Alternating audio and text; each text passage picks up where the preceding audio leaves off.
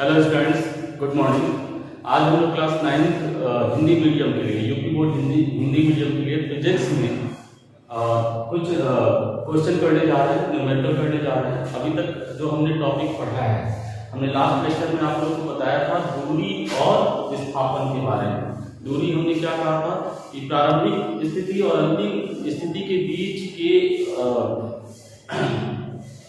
मार्ग की लंबाई को, एक्चुअल मार्ग की लंबाई को, रियल मार्ग की लंबाई को हमने क्या कहा था? दूरी। विस्थापन क्या था? न्यूनतम दूरी, कहां से कहां तक? प्रारंभिक स्थिति और अंतिम स्थिति के बीच में। तो इसी टॉपिक से रिलेटेड कुछ न्यूमेरिकल है, कुछ क्वेश्चन है। जैसे कि पहला क्वेश्चन मैं कह रहा हूं कि एक धावक है जो वृत्तीय मार्ग पर दौड़ रहा है। एक धावक है जो एक वृत्तीय मार्ग पर दौड़ रहा है और वह एक चक्कर लगाता है 40 सेकंड में। अच्छा, ऐसे करते हैं कि एक धावक वृत्तीय मार्ग पर दौड़ रहा है, तो बताइए एक चक्कर के बाद अर्थात जहां से चलता है वृत्त की परिधि पर दौड़ता हुआ वहीं पे वापस आ जाता है, तो कितना क्या कंप्लीट करता है? एक चक्कर कंप्लीट करता है, एक रिवॉल्यूशन कंप्लीट करता है। तो आपको बताना है कि एक चक्कर के बाद धावक ने कुल कितनी दूरी तय करी और धावक का विस्थापन कितना हुआ। धावक ने कुल कितनी दूरी तय करी और धावक का विस्थापन कितना हुआ। इसको ऐसे करते हैं कि मान लीजिए धावक यहाँ से दौड़ना शुरू करता है और दौड़ता हुआ वृत्त की परिधि पे दौड़ता हुआ पुनः यहीं पे आ जाता है, तो दूरी कुल कितना तय किया? जितनी लंबाई होगी इस वृत्त के परिधि की, कितना होगा?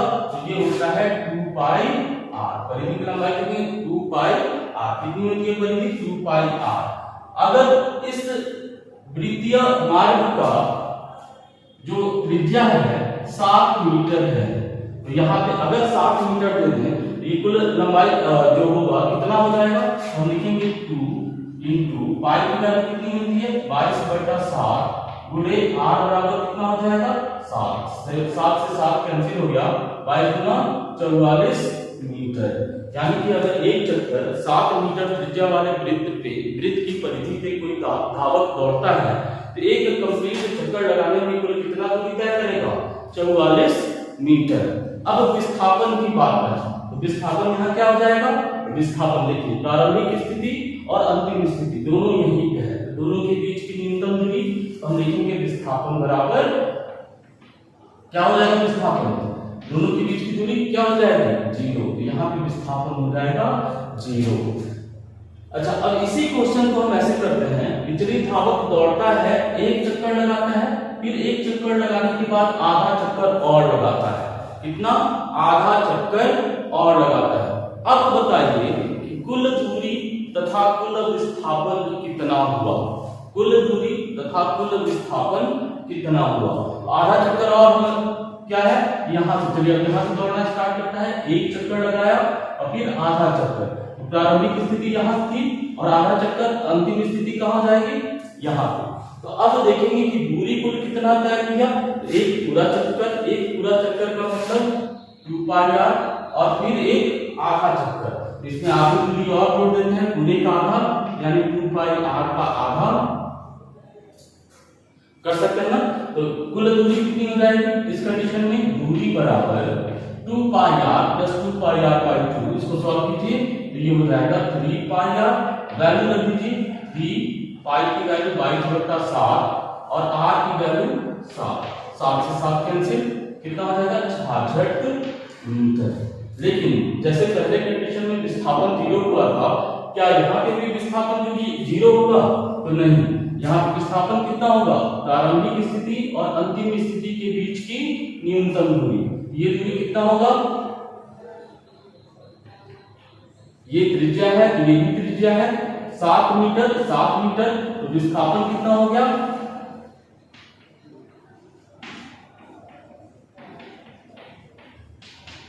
14 मीटर। विस्थापन कितना हो गया? 14 मीटर। तो यहाँ पे विस्थापन कितना हो जाएगा? 14 मीटर। इसी क्वेश्चन को अगर हम इस तरीके से कहें, दूसरे तरीके से, अक्सर आपके दूसरे तरीके से हम इस क्वेश्चन को ऐसे कहें कि एक चक्कर लगाने में कुल समय लेता है 40 सेकंड। कितने सेकंड में? 40 सेकंड में एक कंप्लीट चक्कर, एक रिवॉल्यूशन पूरा करता है। तो बताइए धावक 1 मिनट 20 सेकंड बाद धावक कुल कितनी दूरी तय करेगा तथा धावक का विस्थापन क्या होगा। इसी क्वेश्चन को हम कर रहे हैं। कितना त्रिज्या है, 7 मीटर का एक द्वितीय पथ है, इस पे धावक दौड़ रहा है और 40 सेकंड में एक कंप्लीट रिवॉल्यूशन कर रहा है, एक पूरा चक्कर लगा रहा है। तो बताइए 1 मिनट 20 सेकंड बाद धावक कुल कितनी दूरी तय करेगा तथा धावक का विस्थापन क्या होगा। कितना समय है, 1 मिनट 20 सेकंड। इसको कैसे करेंगे, मिनट को हम सेकंड में परिवर्तित करें। 1 मिनट बराबर कितना हो गया 60 और 20 सेकंड है 20, कुल कितना टाइम हो गया 60 प्लस 20 सेकंड बराबर 80 सेकंड। कुल कितना देर दौड़ता है वो, 80 सेकंड दौड़ता है। अच्छा 80 सेकंड दौड़ता है, 40 सेकंड में एक चक्कर पूरा करता है, तो 80 सेकंड में कितना चक्कर पूरा करेगा, एक 40, फिर 40 में दूसरा चक्कर, यानी 2 चक्कर पूरा करेगा। 2 चक्कर बाद उसका विस्थापन कितना हो जाएगा, 2 चक्कर यहां से चला, एक चक्कर पूरा हुआ, फिर दूसरा चक्कर पूरा, यही पे आ गया। प्रारंभिक स्थिति और अंतिम स्थिति दोनों क्या है, एक ही है। तो इस कंडीशन में विस्थापन क्या हो जाएगा, विस्थापन हो जाएगा 0 और दूरी क्या हो जाएगी, एक चक्कर में कितनी दूरी 2 पाई r, फिर दूसरे चक्कर में 2 पाई, कितना हो गया 4 पाई r। इसको सॉल्व करेंगे, 4 × 22/7 × r की वैल्यू 7, 7 से 7 कैंसिल, कितना 4 × 8, 4 × 8 88 मीटर। तो इस कंडीशन में आंसर हो जाएगा 88 मीटर। इस तरीके के क्वेश्चन आपकी बुक में अवेलेबल है दूरी और विस्थापन के। अगर इसी क्वेश्चन को ऐसे कहें, वृत्तीय पथ नहीं है, कैसा पथ है, वर्गाकार पथ है, वर्गाकार पथ है और एक मान लीजिए वर्गाकार खेत है और जिस किसान का खेत है, किसान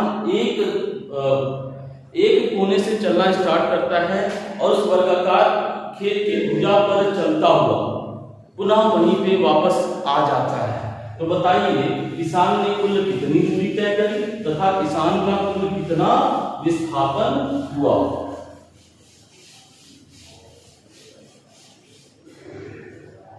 इस क्वेश्चन को ऐसे देखते हैं, कैसा खेत है, वर्गाकार, कैसा खेत है, वर्गाकार, वर्गाकार खेत पे किसान चलना शुरू करता है और एक कोने से चलना शुरू करता है। इस वर्गाकार खेत के एक भुजे की लंबाई है 10 मीटर। अच्छा अब वो भुजा भी चलता हुआ पुनः अपनी प्रारंभिक स्थिति में वापस आ जाता है। तो बताइए दूरी कितना तय करा, दूरी हो जाएगा 10 10 10 10 यानी टोटल 40 मीटर। और विस्थापन कितना हो जाएगा, विस्थापन कितना हो जाएगा 0। कैसे 0, तो प्रारंभिक स्थिति और अंतिम स्थिति एक ही है। अगर हम कहें कि एक कोने से चलना स्टार्ट करता है और दूसरे कोने पे जाके यानी यहाँ पे जाके रुक जाता है, एक कोने से चलना स्टार्ट किया दूसरे कोने पे रुक गया, यहाँ पे रुक गया। अब बताइए दूरी कितनी तय करी और विस्थापन कितना होगा। तो दूरी तो 10 और 10 कितना हो जाएगा 20 और विस्थापन कितना होगा इसका, तो विस्थापन हमें इन दोनों बिंदुओं के बीच की न्यूनतम दूरी को निकालना होगा। दो बिंदुओं के बीच की न्यूनतम दूरी क्या होती है, एक सीधी रेखा की लंबाई, दोनों बिंदुओं को मिलाने वाली सीधी रेखा की लंबाई। इस सीधी रेखा की लंबाई अगर हम निकाल लें तो वही हमारा विस्थापन होगा।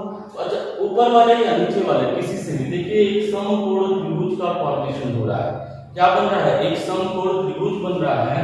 अगर इस कोण के अनुसार हम बात करते हैं तो ये लंब हो जाएगा, ये आधार हो जाएगा और ये कर्ण हो जाएगा। और पाइथागोरस प्रमेय में हमने पढ़ा है कर्ण का स्क्वायर बराबर आधार का स्क्वायर, आधार का वर्ग प्लस लंब का वर्ग। यहाँ कर्ण का स्क्वायर, कर्ण का वर्ग बराबर आधार का वर्ग प्लस लंब का वर्ग बराबर आधार की वैल्यू कितनी है 10, 10 का स्क्वायर प्लस लंब की वैल्यू कितनी है 10, 10 का स्क्वायर। कर्ण का स्क्वायर कितना हो जाएगा 2 × 10 का स्क्वायर केवल कर्ण लिख रहे हैं, यानी दोनों तरफ हम क्या ले रहे हैं, वर्गमूल ले रहे हैं, ये इसमें रूट में आ जाएगा, इसकी वैल्यू कितनी हो जाएगी 10√2 मीटर, और ये हो जाएगा हमारा आंसर। इसी क्वेश्चन को हम और कितने तरीके से कर सकते हैं, हम कहें कि